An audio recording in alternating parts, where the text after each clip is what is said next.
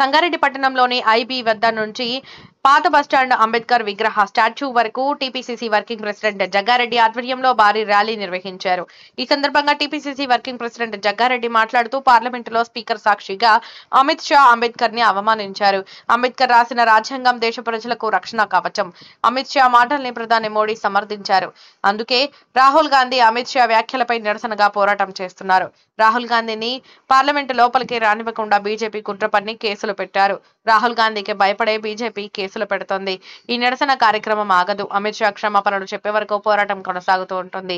Jawahar Lal cabinet లో అంబేద్కర్ రాజ్యాంగం రాశారు. గాంధీ కుటుంబ చరిత్ర చాలా గొప్పది. వాళ్ళది త్యాగాల కుటుంబం. దళితుల్ని పార్టీ అధ్యక్షుడిని చేసిన చరిత్ర కాంగ్రెస్ పార్టీది. అమిత్ షా, మోదీ దేశ ప్రజలకు క్షమాపణ చెప్పేంత వరకు ఈ పోరాటం ఆగదు.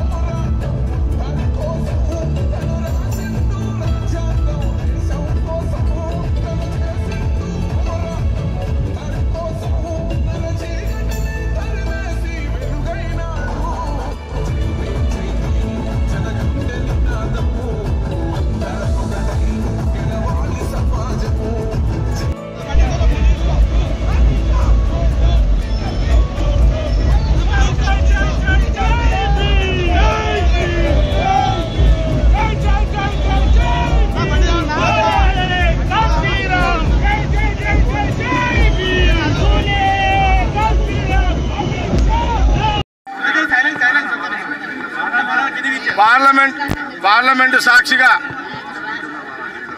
గత 3 రోజుల కిందట 4 రోజుల కిందట పార్లమెంటు సాక్షిగా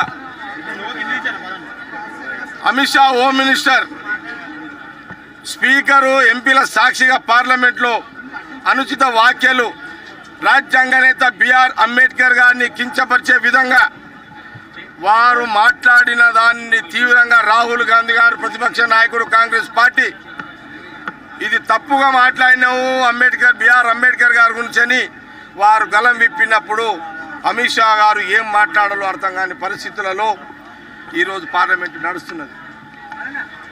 ఈరోజు దేశంలో ఆ రోజు జవహర్ లాల్ నెహ్రూ గారు ప్రధానమంత్రిగా ఉన్నప్పుడు మొదటి ప్రధానిగా అయినప్పుడు ఈ దేశంలో అనేక రాష్ట్రాలు దేశంలోని అన్ని రాష్ట్రాలలో అన్ని భాషలలో సమస్త కులాలు బీసీలు కానీ ఎస్సీలు కానీ ఎస్టీలు కానీ మైనార్టీలు కానీ ఆదివాసీలు కానీ క్రిస్టియన్స్ కానీ హిందువులు కానీ ముస్లిం కానీ క్రైస్తవులు కానీ సమస్త కులాలలో వాళ్ళు స్వేచ్ఛగా స్వాతంత్రం వచ్చిన తర్వాత స్వేచ్ఛగా జీవించడము, వాళ్ళ హక్కులను చెప్పుకునే విధానము, వాళ్ళు ప్రశాంతంగా నిద్రపోయే యొక్క పరిస్థితులు దేశంలో ఉండే విధంగా ఒక రాజ్యాంగాన్ని ఆ రోజు బిఆర్ అంబేద్కర్ గారు నిర్మించడం జరిగింది. ఆ రోజు జవహర్లాల్ గారు ప్రధానమంత్రిగా, వీరు లా మినిస్టర్గా అంబేద్కర్ గారు తీసుకురావడం జరిగింది. బడుగు బలహీన వర్గాల మహానుభావుడు నాయకుడు ఆ రోజు బిఆర్ అంబేద్కర్ గారు సమన్వయం చేస్తూ ఎక్కడ కూడా ఇబ్బంది లేని ఒక రాజ్యాంగాన్ని తీసుకొచ్చారు. అదే ఆ రాజ్యాంగమే అన్ని రాజకీయ పార్టీలు కానీ దేశంలో అన్ని ప్రజలందరూ కూడా ప్రశాంతమైన జీవితాన్ని, స్వేచ్ఛా జీవితాన్ని గడుపుతున్నారు. మరి ఇలాంటి యొక్క మహానుభావుడు అంబేద్కర్ గారిని మరి అంటే అంబేద్కర్ రాజ్యాంగం అంటే అది ఒక కవచం లాంటిది, దేశ ప్రజలకు అది ఒక కవచం. అంబేద్కర్ రాజ్యాంగం దేశ ప్రజలకు ఒక కవచం.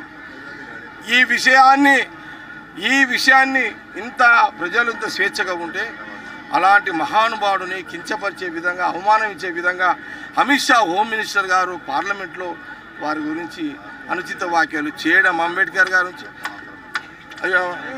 చేయడము, అట్లాగే దానిని ప్రధానమంత్రి మోడీ గారు కూడా దాన్ని సమర్థించడం. ఒక హోమ్ మినిస్టర్ను అంబేద్కర్ గారిని అవమానించినప్పుడు ప్రధానమంత్రి మోడీ గారు కూడా దాన్ని సమర్థించడం ఇంతకంటే దుర్మార్గమైన ఇంకేమైనా ఉంటుందని. అందుకే రాహుల్ గాంధీ గారు తక్షణమే ఆయన వెంటనే మీరు తప్పు మాట్లాడిరు, ఈ దేశ ప్రజల యొక్క కవచం లాంటి రాజ్యాంగాన్ని అంబేద్కర్ గారు తీసుకొచ్చారు, దేశంలో అన్ని సమస్త కులాలు సమస్త మతాలు ప్రశాంతంగా జీవిస్తున్నారు, అలాంటి మహానుభావుడిని కించపదే విధంగా మీరు మాట్లాడిన దాన్ని బేషరతుగా దేశ ప్రజలకు పార్లమెంటు సాక్షిగానే మీరు దేశ ప్రజలకు రాజ్యాంగ నేత అంబేద్కర్ గారికి క్షమాపణ చెప్పాల్సిందే, అప్పటి వరకు పోరాటం ఆగదని కాంగ్రెస్ పార్టీ ప్రతిపక్ష నాయకుడు మా నాయకుడు రాహుల్ గాంధీ గారు పదే పార్లమెంట్లో మరి క్షమాపణ చెప్పేంత వదిలిపెట్టేది లేదని రాహుల్ గాంధీ గారు పోరాడుతున్నారు. ఈ సందర్భంలో మరి రెండవ రోజు పార్లమెంట్కి రాహుల్ గాంధీ గారు వెళ్ళడం జరిగింది. ఆ రోజు కూడా రాహుల్ గాంధీ గారు క్షమాపణ అమిత్ షా చెప్పాలి అంబేద్కర్ గారికి అనే ఒక నినాదమే కాబట్టి ఆ రోజు మళ్ళీ రాహుల్ గాంధీ గారు పార్లమెంట్లో మాట్లాడే అవకాశం లేకుండా వారు పార్లమెంట్ గేట్లోనే రాహుల్ గాంధీ గారిని అడ్డుకోవడం, బీజేపీ ఎంపీలు ఆయన తోసేసి ఒక డైవర్షన్ అనమాట. అంటే రాహుల్ గాంధీ గారు మరి పార్లమెంట్లో పోతే అమిత్ షా మీద పడతాడు, ఆయన గురించి క్షమాపణ కోరుతాడు, అంబేద్కర్ చెప్పమని చెప్పి అది మాట్లాడొద్దు రాహుల్ గాంధీ అంటే గేట్లో నాపాలని గేట్లు ఆపడం, బీజేపీ ఎంపీలు వారిని తోసేయడం, మళ్ళీ వాళ్ళే తోసేసారు రాహుల్ గాంధీ గారిని, వాళ్ళే రాహుల్ గాంధీ గారి మీద కేసు పెట్టడం. అంటే ఈ యొక్క అంబేద్కర్ గారిని అవమానించిన విధంగా మాట్లాడిన అమిత్ షా గారి యొక్క మాటలు డైవర్షన్ కావడానికి ఈరోజు రాహుల్ గాంధీ గారి మీద అటాక్ చేయడము, ఆయన తోసేయడం, ఆయన మీద కేసులు పెట్టడం, అంటే డైవర్షన్ కావడానికి బీజేపీ ఈరోజు ప్రయత్నం చేస్తున్నది. కాబట్టి ఈరోజు సంగారెడ్డిలో ఈ కాంగ్రెస్ పార్టీ కార్యకర్తలము నాయకులము ఒక ర్యాలీ కార్యక్రమాన్ని, ఒక నిరసన కార్యక్రమాన్ని బేషరతుగా రాహుల్ గాంధీ గారి యొక్క డిమాండ్ ఏదైతే ఉందో అంబేద్కర్ రాజ్యాంగాన్ని కించపరిచే విధంగా మాట్లాడిన అమిత్ షా మోడీ గారు తక్షణమే క్షమాపణ చెప్పాలి దేశ ప్రజలకు, ఆయన మీద కావాల్సుకొని పెట్టే కేసులు కూడా ఎత్తివేయాలి అనే ఈరోజు సంగారెడ్డిలో మరి యొక్క కార్యక్రమాన్ని, ఈ నిరసన కార్యక్రమాన్ని చేయడం జరుగుతున్నది. రేపు అమిత్ షా క్షమాపణ చెప్పేవారు రాహుల్ గాంధీ గారి పోరాటంలో భాగమే వారి పిలుపుని అనుసరిస్తూ మేము సంగారెడ్డిలో ఎప్పుడు కూడా దేశంలో రాష్ట్రంలో కాంగ్రెస్ కార్యకర్తలు రాహుల్ గాంధీ పిలుపు కార్యక్రమాలు చేస్తూనే ఉంటాము. ఈరోజు ప్రశాంతంగా నిద్రపోతున్నామంటే బిఆర్ అంబేద్కర్, బాబాసాహెబ్ అంబేద్కర్ ఆ రోజు జవహర్లాల్ గారి ప్రధానమంత్రి క్యాబినెట్లో వచ్చిన బిఆర్ అంబేద్కర్ తెచ్చిన రాజ్యాంగం మీద ఈరోజు ప్రశాంతంగా బతుకుతున్నారు. నేనైనా నువ్వైనా ఆఖరి మోడీ అయినా అమిత్ షా అయినా ఏ పార్టీ నాయకుడైనా ఈరోజు ప్రతి ఒక్కరము కోడ్ చేస్తున్నాం, రాజ్యాంగంలో ఉన్న సెక్షన్లు కోడ్ చేస్తున్నాం. మీకు ఏదైనా కొన్ని తప్పులు జరిగితే మీకేమైనా నష్టమైంది కూడా కోడ్ చేస్తున్నాం. ఒక కులంలో కానీ ఒక మతంలో కానీ ఒక మహిళ కానీ ఏదైనా ఇబ్బంది కలిగితే రాజ్యాంగంలో ఉన్న సెక్షన్లను మనం కోడ్ చేస్తున్నాం. ఇలాంటి అవకాశాలు కల్పించిన మహానుభావుడిని కించపరిచింది కాబట్టి రాహుల్ గాంధీ గారు ఎక్కడ కూడా పోరాటం ఆపే పరిస్థితి లేదు అనేది మనము మీడియా ద్వారా మనం రోజు కూడా చూడడం కూడా జరుగుతుంది.